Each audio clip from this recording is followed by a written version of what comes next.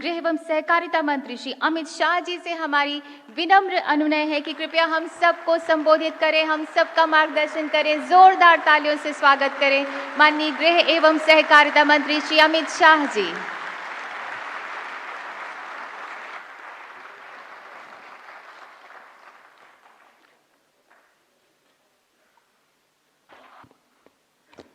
आज के महत्वपूर्ण और ऐतिहासिक कार्यक्रम में मेरे साथ मंच पर उपस्थित मेरे साथी मंत्री श्रीमान BL Verma ji, MOS finance doctor Bhagwat Kishan Rao Karad जी,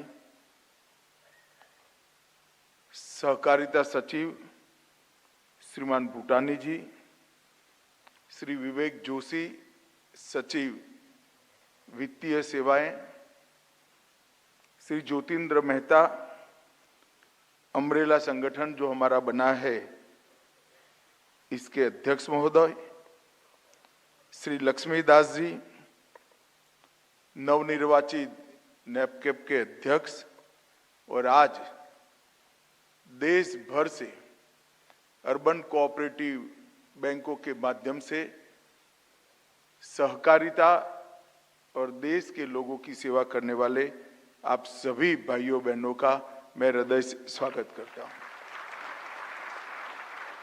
आज इस कार्यक्रम में ऑनलाइन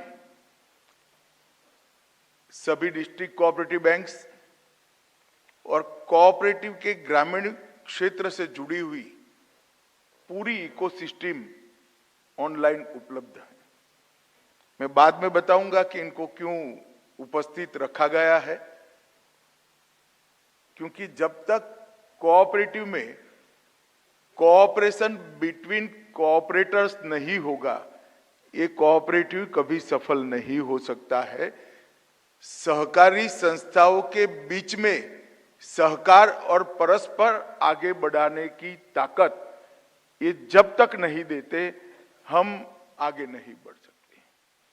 किसी भी क्षेत्र में सहकारिता काम करती हो, इस सब के बीच में सामंजस्य बनाना बहुत जरूरी है। मैं इस विषय पर बाद में बात करता हूं, परंतु सबसे पहले मैं नेपकेप को बहुत बहुत हृदय से बधाई और शुभकामना देना चाहता हूं। मैं मेरे जीवन में कभी अर्बन कोऑपरेटिव बैंक से जुड़ा हुआ नहीं हूं, परंतु हमारे यहां गुजरात में एक क्राइसिस आया था, उस वक्त नेपकेप के साथ काम करने का मुझे मौका मिला था। उस वक्त ये अम्ब्रेला ऑर्गेनाइजेशन की कमी हमें खलती थी। उस वक्त लगता था कि अम्ब्रेला ऑर्गेनाइजेशन होता तो ये बैंकें न डूबती, परंतु संघर्ष कब का चल रहा था, लगभग 20 साल के संघर्ष के बाद आज national urban cooperative finance and development corporation की स्थापना हो रही है। वो हम सब के लिए बहुत शुभ और आशाओं से भरा हुआ दिन है। मित्रों, आप सभी जानते हैं हमारे देश में सहकारिता आंदोलन लगभग 125 साल पुराना है। इनफॉर्मल कोऑपरेटिव व्यवस्था से फॉर्मल कोऑपरेटिव व्यवस्था, एक्ट बनना, एक्ट में कई प्रकार के बदलाव होना, संविधान बनते वक्त स्टेट सब्जेक्ट सेंटर सब्जेक्ट के बीच में बंटवारा होना, वहां से लेकर आज तक हमेशा एक मांग रही कि सहकारिता मंत्रालय एक स्वतंत्र मंत्रालय के रूप में काम करे। सहकारिता मंत्रालय और सहकारिता का क्षेत्र अनेक मंत्रालयों में टुकड़ा टुकड़ा बिखरा हुआ था। कृषि के साथ जुड़ी हुई सहकारी गतिविधि सारी कृषि मंत्रालय में आती थी। मत्स्य उद्योग के साथ जुड़ी हुई सारी सहकारी गतिविधियां मत्स्य और पशुपालन में आती थी। डेयरी के साथ जुड़ी हुई सारी कोऑपरेटिव्स डेयरी मंत्रालय में चली जाती थी। और अर्बन बैंकिंग के साथ जुड़ी हुई सारी कोऑपरेटिव संस्थाएं वित्त विभाग में चली गई। एक प्रकार से सहकारिता मंत्रालय टुकड़ों टुकड़ों में चल रहा था। सालों से सहकारी क्षेत्र के सभी कार्यकर्ताओं की ये मांग थी कि एक स्वतंत्र मंत्रालय बनाया जाए और मोदी जी ने 75 साल के बाद इस स्वतंत्र मंत्रालय का गठन कर कर सहकारिता को नया जीवन दिया। जैसे आज हमारी अर्बन बैंकों का अर्बन अम्ब्रेला ऑर्गेनाइजेशन बना, इसी तरह से 16 से अधिक क्षेत्रों में काम करने वाले सहकारिता आंदोलन को एक अम्ब्रेला मंत्रालय, एक कोऑपरेटिव मिनिस्ट्री मिला है और मोदी जी ने बहुत बड़ा कदम उठाया। और मैं विश्वास के साथ आज कहने वाला हूं कि 125 साल तक अपने बूते पर सहकारिता मंत्रालय, सहकारिता गतिविधियां चलती रही, जूझती रही, लड़ती रही, अपने अस्तित्व को बचाती रही, मगर अब सरकारी सिस्टम के, सरकार की व्यवस्थाओं के सपोर्ट से ये द्रुत गति से चलेगी, स्पीड से चलेगी और अपना सम्मानीय स्थान देश के अर्थतंत्र में प्रस्थापित कर। सहकारिता आंदोलन को जन आंदोलन के स्वरूप में बदलने का सहकारिता मंत्रालय का एक प्रयास है और मैं मानता हूं कि भारत जैसे अनेक विविधताओं वाले देश में विकास का पैरामीटर सिर्फ आंकड़े नहीं हो सकता। देश के विकास का पैरामीटर सिर्फ आंकड़े नहीं हो सकता। देश के विकास में कितने लोगों की सहभागिता है वो भी बहुत बड़ा पैरामीटर होना चाहिए। हर व्यक्ति को देश के विकास में योगदान देने का मौका देना चाहिए और वो योगदान जिसके पास पूंजी नहीं है, जो छोटा व्यक्ति है, वो केवल और केवल कोऑपरेटिव के माध्यम से हो रहा है। जो अर्थ जगत के पंडित बैठे हैं उनके लिए जीडीपी के आंकड़े बहुत महत्वपूर्ण है, उन्हें भी चाहिए, देश के लिए महत्वपूर्ण है, हम सबके लिए महत्वपूर्ण है। परंतु एक और आंकड़ा, ये जीडीपी बढ़ाने में कितने लोगों को हमने जोड़ा है, कितने लोगों को रोजगारी मिली है और कितने लोगों का योगदान है, वो भी बहुत महत्वपूर्ण है 130 करोड़ की आबादी के देश में। और आज मुझे आनंद है कि रिजर्व बैंक ऑफ इंडिया ने शहरी सरकारी बैंकों के umbrella organisation national urban cooperative finance and development corporation limited को रजिस्ट्रेशन भी दिया और आज उसका शुभारंभ भी हो रहा है। ये ऑर्गेनाइजेशन एक प्रकार से समय की जरूरियात थी। करीब करीब 20 सालों से इसके लिए विचार भी हो रहा था, अनेक प्रकार के संवाद हो रहे थे, डायलॉग हो रहे थे, खाका भी बन रहा था, पैसा भी इकट्ठा करना था और कुछ शुरुआती रेजिस्टेंस भी था। अनेक रिपोर्टों में इसकी अनुशंसा की गई कि अगर ये हो जाता है तो अच्छा होगा। आरबीआई की अर्बन कोऑपरेटिव बैंक्स पर जो विश्वनाथन कमेटी बनी उसने भी इसकी जरूरियात को पाया और एक प्रकार से सेल्फ रेगुलेशन के लिए एक नई शुरुआत आज से हुई है। मुझे विश्वास है कि इस ऑर्गेनाइजेशन के बनने के बाद हम इस देश में अर्बन कोऑपरेटिव बैंक्स के विकास जो है इसको अनेक गुना बढ़ा पाएंगे। मैं दो बातें स्पष्ट कर देना चाहता हूं। एक तो ढेर सारे कोऑपरेटिव बैंक्स के, अर्बन कोऑपरेटिव बैंक्स के लोग मुझे मिलते हैं, ज्योतिंद्र मामा और उनके साथ सारे लोग भी मिलते हैं। बड़े ग्रीवेंसेस है कि बीआर एक्ट के अंदर अर्बन कोऑपरेटिव बैंक को लाया गया। इसमें व्यवहार्यता होनी चाहिए, मैं सहमत हूं, मगर हम अपने आप को अपग्रेड करने से भाग नहीं सकते।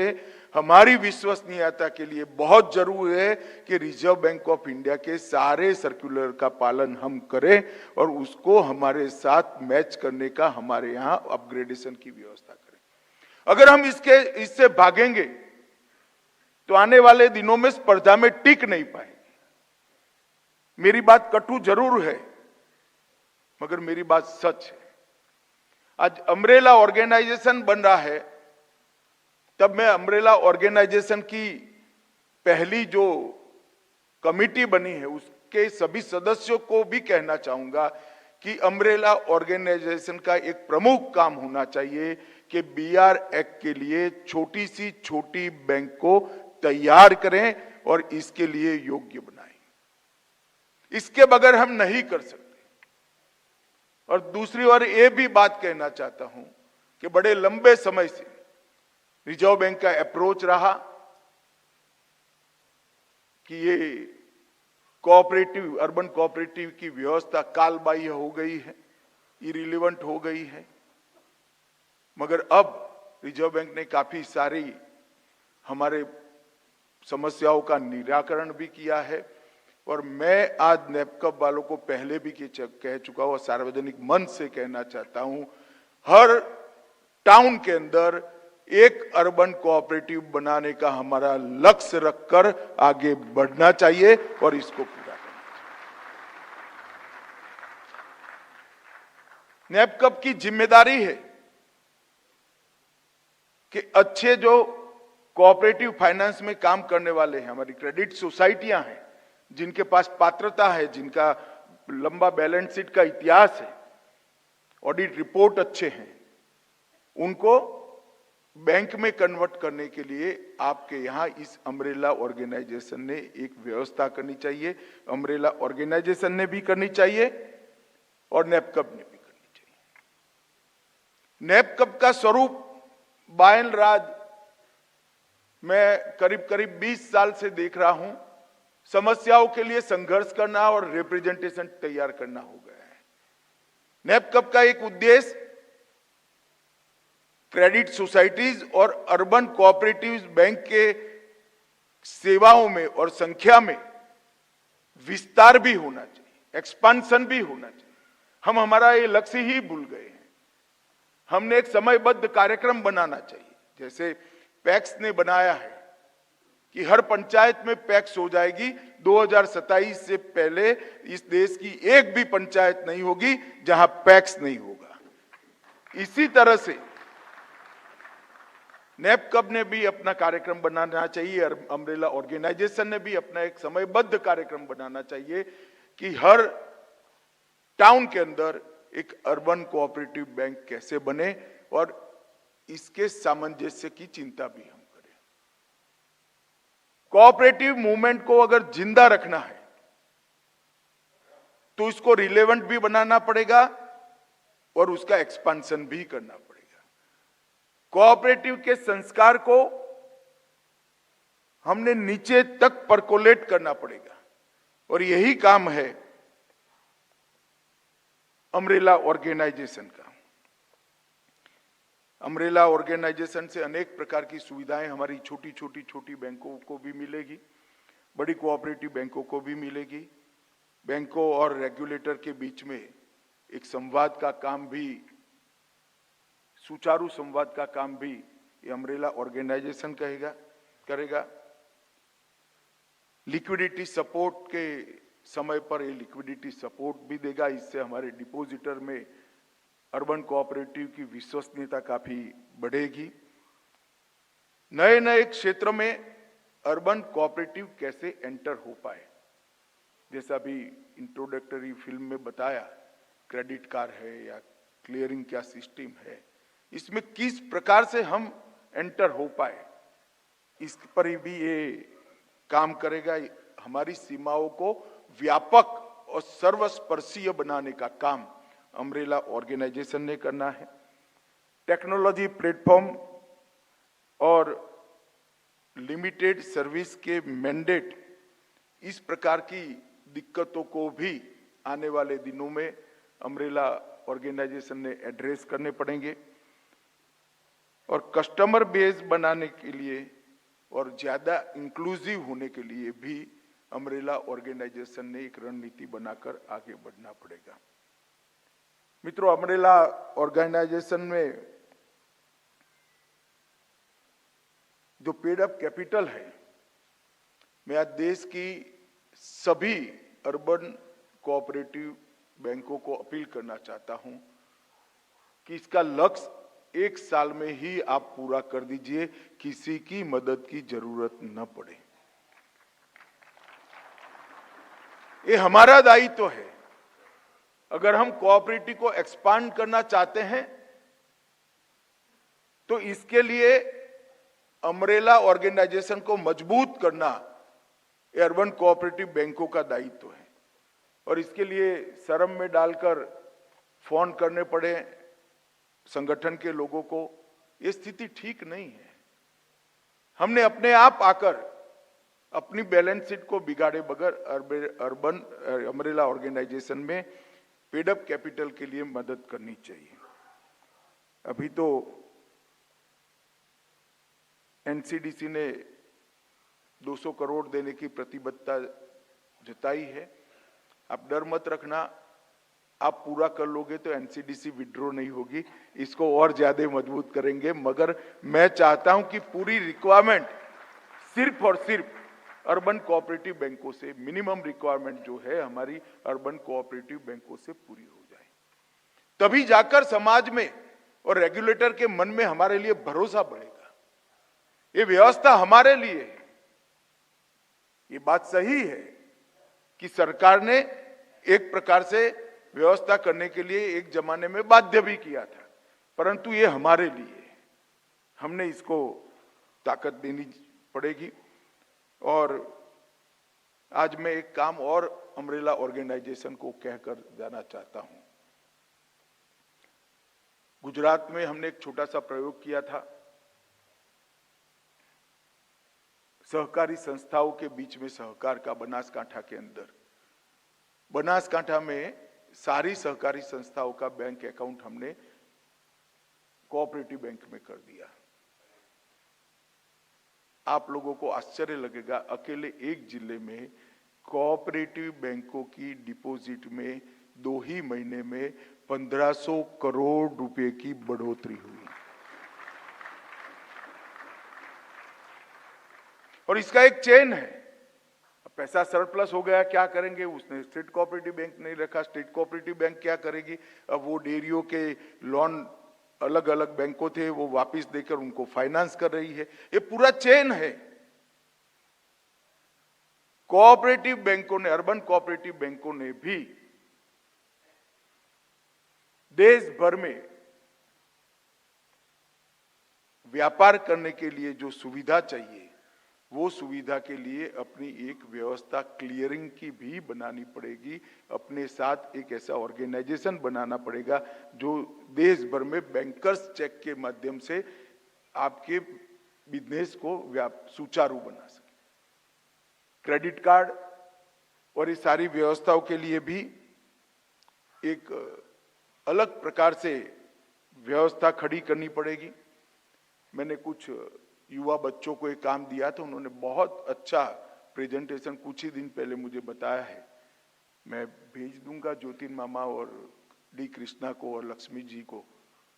इसको देखकर जरूर आगे बढ़ना चाहिए। कंप्लीट कोऑपरेटिव व्यवस्था संपूर्ण बिजनेस के लिए आईआईएम के कुछ बच्चों ने बनाकर मुझे दी है और वो स्टडी करने जैसी। मैं तो चाहूंगा कि इसको देखकर आप वो तीनों बच्चों का सम्मान भी करिए, उनको जरा पीठ भी थपथपाइए, क्योंकि बहुत अच्छे तरीके से सोचकर उन्होंने ये व्यवस्था को आगे ले आया है। अभी 1500 बैंकों का हमारा समूह, 11,000 ब्रांचेस और 5 लाख करोड़ की डिपॉजिट और 3.5 लाख करोड़ का ऋण।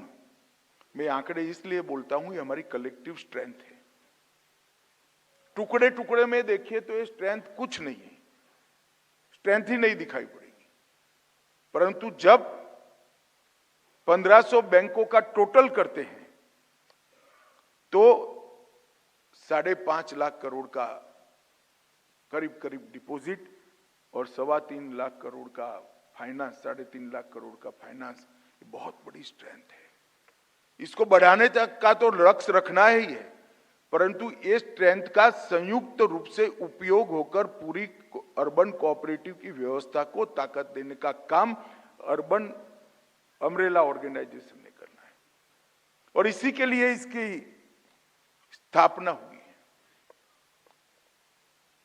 और देश की अर्बन कोऑपरेटिव बैंकों ने अपने बैलेंस शीटों में भी बहुत अच्छा सुधार किया है।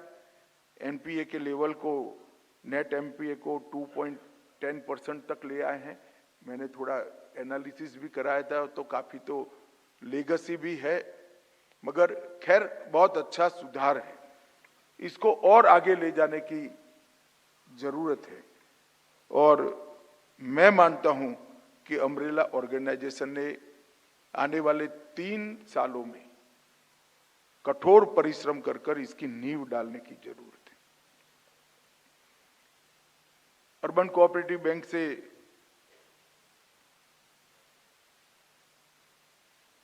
सारी समस्याओं की जानकारी लेकर इसके समाधान के लिए तार्किक और प्रैक्टिकल रास्ते निकालने पड़ेंगे।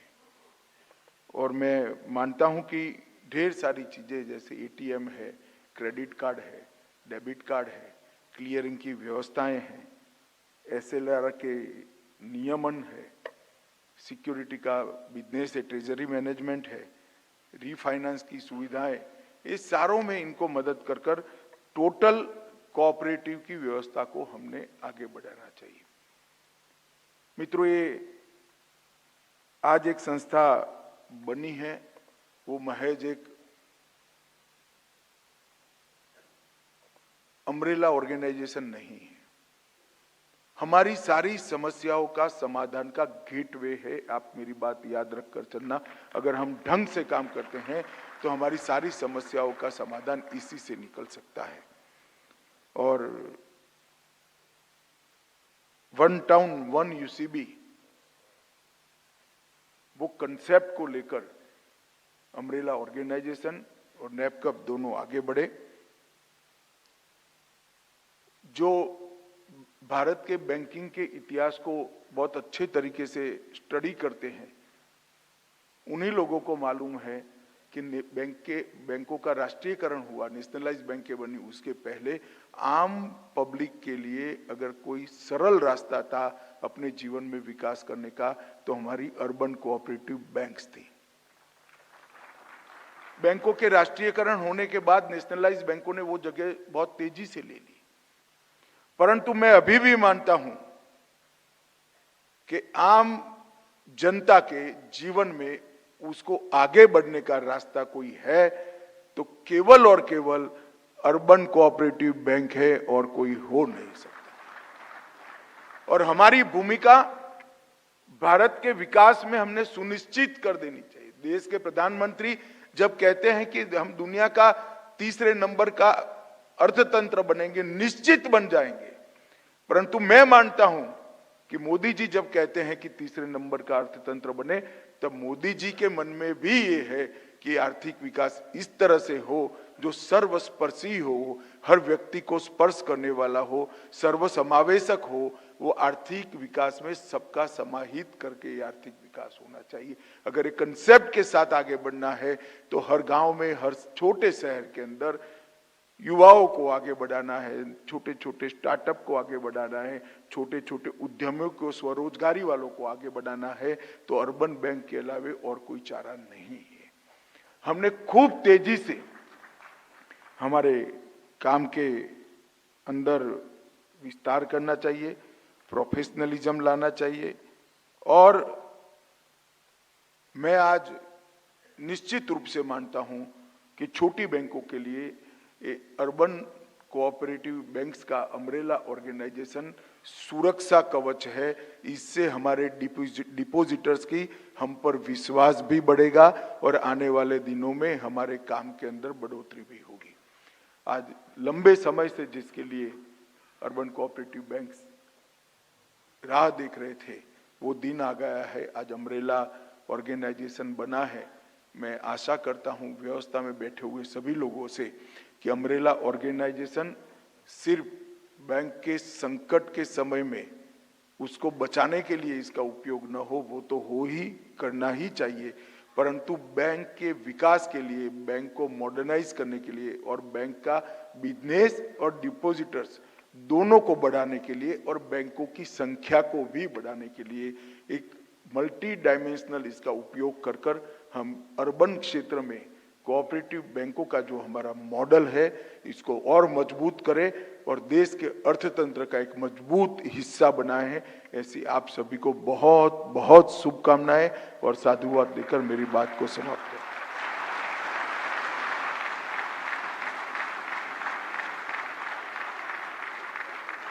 कोटि कोटि धन्यवाद माननीय, आपकी प्रेरणा के लिए, आपकी ओजपूर्ण वाणी के लिए।